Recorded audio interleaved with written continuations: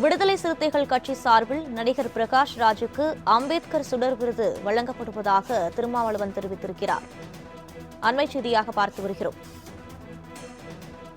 Marks மாமணி விருது இந்திய communist கட்சி மாநில செயலாளர் முத்தரசனுக்கு வழங்கப்படும் என திருமாவளவன் தெரிவித்திருக்கிறார்.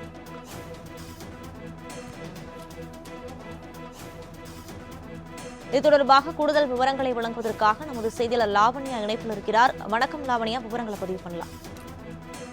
வணக்கம். விடுதலை சிறுத்தைகள் கட்சியினுடைய சார்பில் தமிழகம் முழுவதும் இந்திய அளவில் ஆண்டுதோறும் பல்வேறு தளங்களில் சாதனை படைத்தோருக்கு விருதுகள் வழங்கி சிறப்பித்து வருகிறார்கள். அந்த வகையில் சமூகம், அரசியல், பண்பாடு, கலை இலக்கியம் போன்ற தளங்களில் சீரிய முறையில் தொண்டாற்றும் சிறப்புமிக்க தலைவர்கள் இந்த விருதுக்கு தகுதியுடையவர்களாக தேர்ந்தெடுக்கப்படுவார்கள். அம்பேத்கர் சுடர் விருது, பெரியார் ஒளி விருது, காமராசர் கதிர் விருது, அயோத்திதாசர் விருது, ஆதவன் விருது, காயிதே முல்லத் பிறை விருது, செம்மொழி ஞாயிறு விருது என பல்வேறு விருதுகள் வழங்கி சிறப்பித்திருக்கிறார்கள். 2022 ஆண்டு முதல் மார்க்ஸ் மாமணி விருது முதற்கொண்டு அறிமுகப்படுத்தி கொடுத்து வருகிறார்கள். அந்த வகையிலே தற்பொழுது அம்பேத்கர் சுடர் விருது திரைப்பட கலைஞர் பிரகாஷ் ராஜ் அவர்களுக்கு வழங்கப்பட இருக்கிறது. அதே போல பெரியார் ஒளி விருது வழக்கறிஞர் அருள்மொழி அவர்களுக்கு வழங்கப்பட இருக்கிறது.